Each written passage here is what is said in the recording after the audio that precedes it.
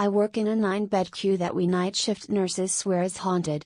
I personally have seen figures standing in doorways late at night.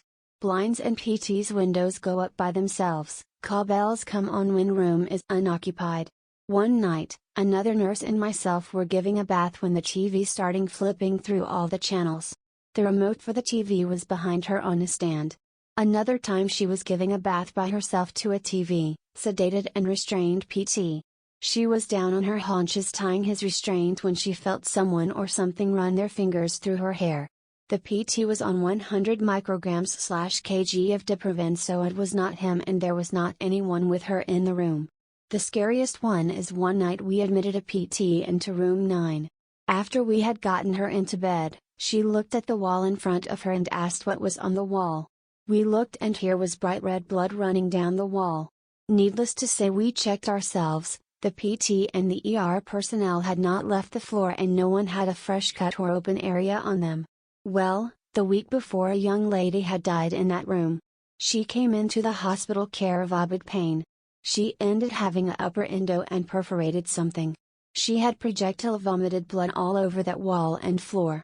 It was horrible. The nurses on that night said it looked like a slaughterhouse. I still get chills just thinking about it. Not a spooky story but a lonely ghost. One of the rooms, if it was being used regularly, fine. No problems.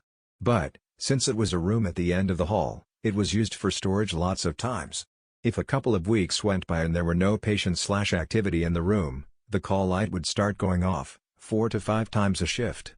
But, if you went into the room and turned on the TV, the call light wouldn't go off anymore. So, needless to say, when the room was being used for storage, the TV was always on with the volume down low. I don't know if this qualifies as a ghost story, but here it is.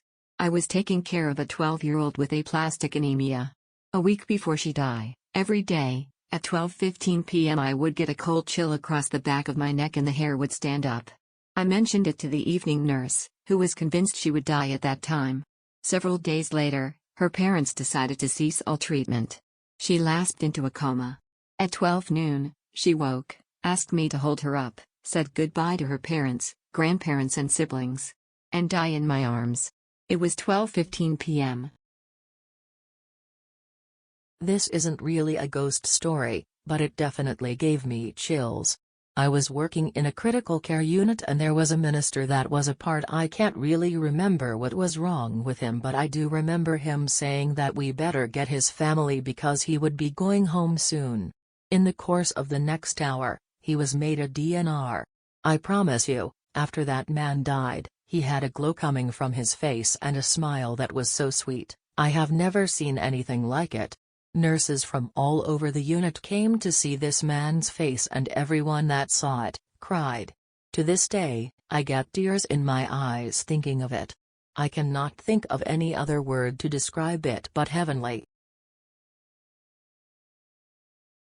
My first cousin was a young minister visiting the bedside of a sweet, saintly woman who was terminal with lung cancer. Her bed was cranked up somewhat so she could breathe a little easier. She was in and out, pretty heavily medicated. He was at her bedside holding her hand and praying. She raises herself up, looks at the wall in front of the bed and says, "Oh Jesus, it's so beautiful," lays back down and passes.